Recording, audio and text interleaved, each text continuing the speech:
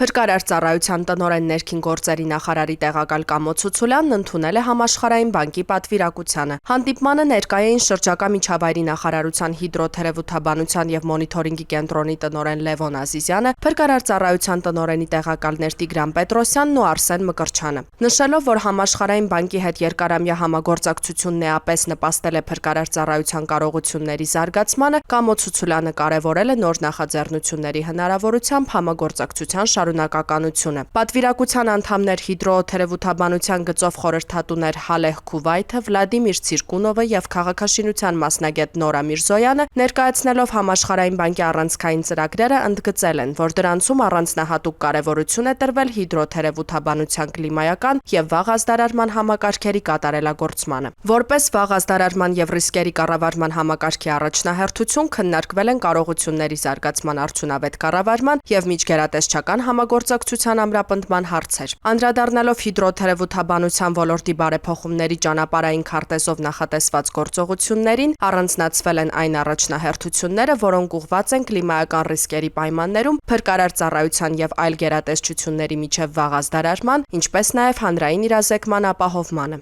Ընդգծվել է, որ այդ գործողություններն առանցքային են ծառայությունների արդյունավետությունը բարձրացնելու եւ բնական աղետներին դիմակայելու կարողություններն ամրապնդելու համատեքստում։ Կողմերը վերահաստատել են համագործակցությունը շարունակելու պատրաստակամությունը, ընդգծելով, որ ժամանակակից համակարգերի զարգացումը կնպաստի ռիսկերի կառավարման արդյունավետության բարձրացմանը, միաժամանակ ապահովելով դիմակայուն առաջընթաց։